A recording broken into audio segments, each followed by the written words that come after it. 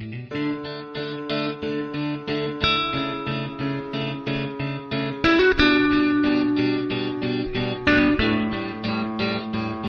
दोस्तों, मैं हूं राहुल। बहुत बहुत स्वागत है आपका मेरे YouTube चैनल नमो टेक्नीशियन फिटर मास्टर में। तो फ्रेंड्स, हम लोग पढ़ रहे थे स्क्रू थ्रेड के बारे में। तो इससे पहले हम लोगों ने स्क्वायर थ्रेड के बारे में पढ़ा था। आज हम लोग भी थ्रेड के बारे में पढ़ने वाले हैं। तो भी थ्रेड के एक एक टाइप्स को आज हम लोग पढ़ने वाले हैं। तो सबसे पहले हम लोग जानेंगे कि भी थ्रेड को भी थ्रेड क्यों कहा जाता है। क्योंकि इसका जो शेप होता है वो भी जैसा होता है, इसी कारण इसको भी थ्रेड कहा जाता है। तो भी थ्रेड का यूज कहाँ पे किया जाता है? भी थ्रेड का जनरली यूज किया जाता है नट, बोल्ट, माइक्रोमीटर का जो स्पिंडल होता है उसमें भी थ्रेड का यूज किया जाता है। तो चलिए एक एक हम लोग टाइप्स को डिस्कस करते हैं। तो सबसे पहले हम लोग जानेंगे BSW थ्रेड के बारे में, यानी ब्रिटिश स्टैंडर्ड व्हिटवर्थ थ्रेड के बारे में। ठीक है, तो उसका जो फिगर बनता है थ्रेड का वो कुछ इस तरह से बनता है। तो इसमें आप देखेंगे इसका जो एंगल होता है, इसका एंगल 55 डिग्री होता है। इसका जो डेप्थ होता है वो होता है 0.6403 इंटू पिच। ठीक है, और इसमें जो रेडियस दिया हुआ है वो उस रेडियस का वैल्यू है 0.1373 इंटू पिच।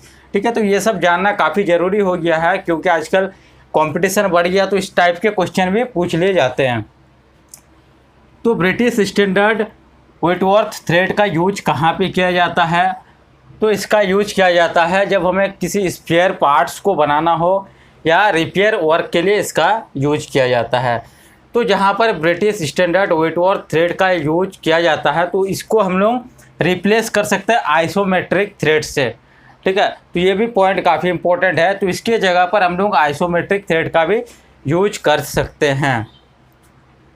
क्लियर? और इसको जो स्पेसिफाई किया जाता है, यानी इसको अगर डेजिग्नेटेड करना हो तो हम लोग करते हैं जैसे 1/2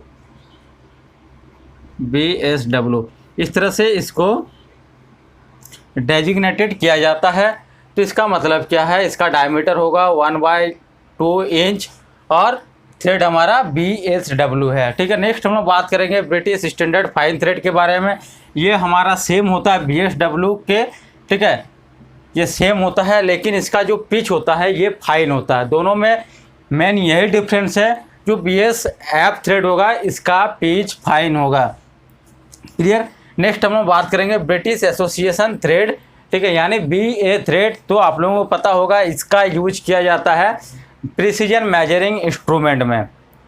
ठीक है, और इसका जो स्पेसिफिकेशन है इसको हम लोग देख लेते हैं। तो इसमें आप देखेंगे इसका जो एंगल होता है, इसका एंगल होता है 47.5 डिग्री और इसका डेप्थ होता है 0.6 इंटू पी। रेडियस होता है 2/11 इंच इंटू पिच। ठीक है, ये इसका रेडियस होता है। ठीक है, 2/11 इंटू पिच इसका रेडियस होता है। नेक्स्ट हम लोग जानेंगे अमेरिकन नेशनल स्क्रू थ्रेड के बारे में। ठीक है, तो अमेरिकन नेशनल स्क्रू थ्रेड का स्पेसिफिकेशन हम लोग देख लेते हैं। इसका एंगल होता है 60 डिग्री। इसका जो डेप्थ होता है वो होता है 0.6495 इंटू पिच। इसका यूज कहाँ पे किया जाता है? इसका यूज किया जाता है बोल्ट, स्क्रू, नट, इस सब में अमेरिकन नेशनल स्क्रू थ्रेड का यूज किया जाता है। नेक्स्ट हमारा है आइसो इंच यूनिफाइड थ्रेड। ठीक है, तो इसका दो टाइप्स होता है। एक हमारा होता है यूनिफाइड कोर्स और दूसरा होता है यूनिफाइड फाइन। ठीक है, तो इसका आप देखेंगे इसको किस तरह से डेजिग्नेटेड किया जाता है या स्पेसिफाई किया जाता है। तो इसमें देखेंगे इस तरह से आपका दिया हुआ रहेगा 1/4 इंच 20 UNC। तो इसका मतलब क्या है?